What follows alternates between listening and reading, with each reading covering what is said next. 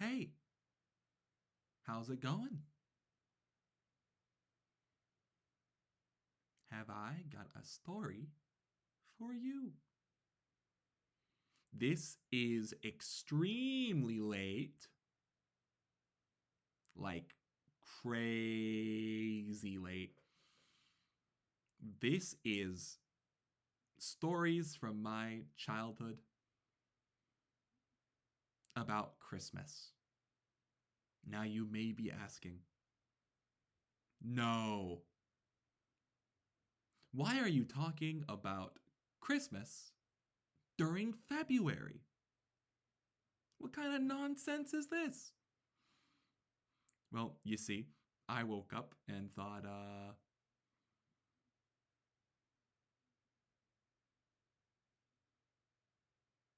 oops. So let's go ahead and get into that. I love Christmas. I think my family made it really good. My mother made every Christmas exciting and enjoyable. I just regret being a little shit. Growing up, it was just me and my mom, and every Christmas we would do something fun and exciting. Usually, like eat pizza, watch movies, hot cocoa, good times. I really had a lot of fun. And when it came time to, you know, open Christmas presents, I would ruin everything. Now, you see, my mother would buy Christmas presents and then hide them in the house or at a neighbor's house or at a family house. But she didn't understand that you're not looking at an ordinary cat. Oh, no, no, no. You're looking at a seasoned present treasure hunter.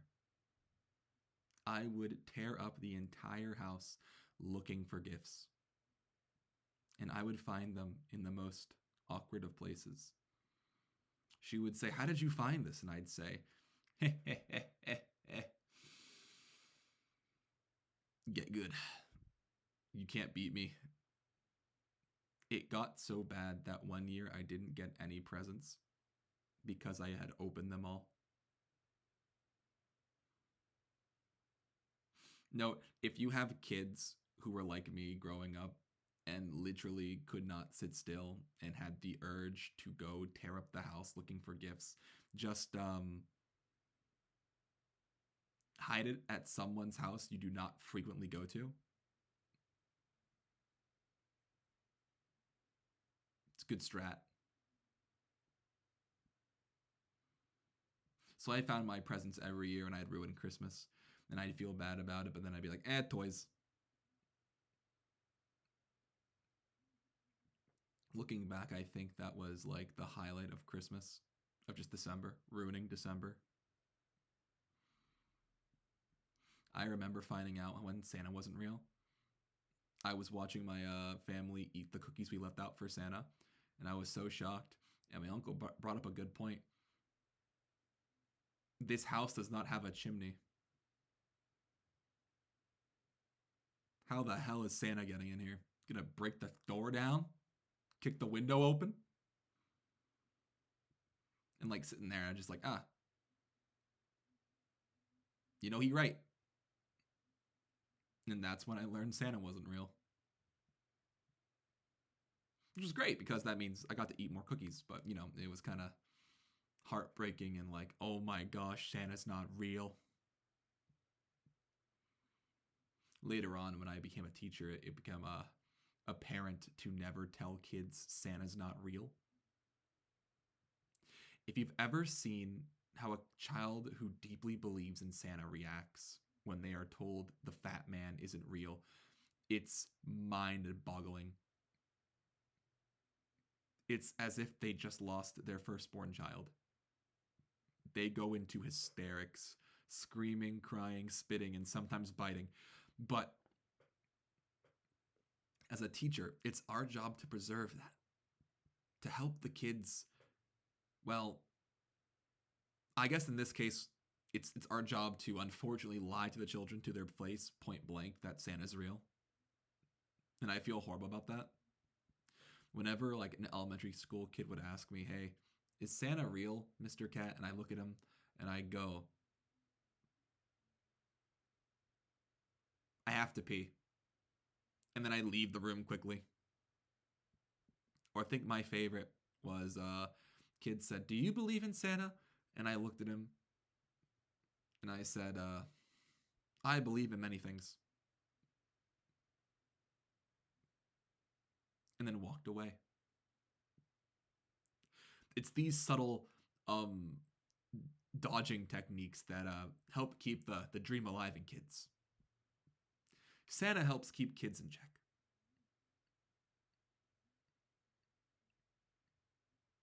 He helped attempt to keep me in check, but he helps keep other kids in check. I remember getting coal for Christmas once because I was just that bad. And I bawled my eyes out. I got a rock. I mean, I deserved it. Totally hilarious. But like as an adult, I can see the charm in Santa. You were bad. Here's a rock. I think using Santa to help people get tasks done is both cruel and unusual, but by golly, it does work. You see, when during my time teaching, I know this is the wrong model for it. So, nah, who cares? We're gonna go right into it. So, during my time teaching, during one December, I had to get these kids to write letters to Santa to, grade their writing, as well as to like draw some pictures. It's December. Elementary school doesn't really do much in December. Nothing's really happening. We watch a movie, we drink hot cocoa, we watch another movie, we draw pictures, Santa gets a letter. Not much. And this one girl, she looks at me and she says, "I'm not going to write a letter to Santa. Santa's not real." And as she says that, the kid next to them goes, "Santa not real?" So now I'm panicking. No, no, hush, hush. Santa's real. Santa's real. Trust me, Santa's real. And they're like, "Really?" And I'm like, "Yeah. Santa's as real as my cousin Fergie." And they go, "Do you have a cousin named Fergie?" And I say, "Possibly. You'll never know." So this kid goes, "Wait, teacher, Mr. Cat, Santa's real?" And I respond, "As real as my cousin Fergie."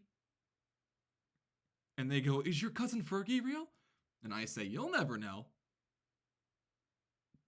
So this kid's like, maybe Santa's real. But I still don't want to write a letter. So I go, "Okay, fine. Then I'll write a letter." And I take their pen and their paper with their name on it, and I write, "Dear Santa, I've been a good girl this year. All I want for Christmas is for you, Santa, to come to this location at this time by yourself." If you can see where this is going, great. If you can't see where this is going, I'm going to drop all pretenses. I was pretty much insinuating that I was going to kidnap Santa, telling him to meet in a shady location by himself in the middle of the night. And when this girl said, "What?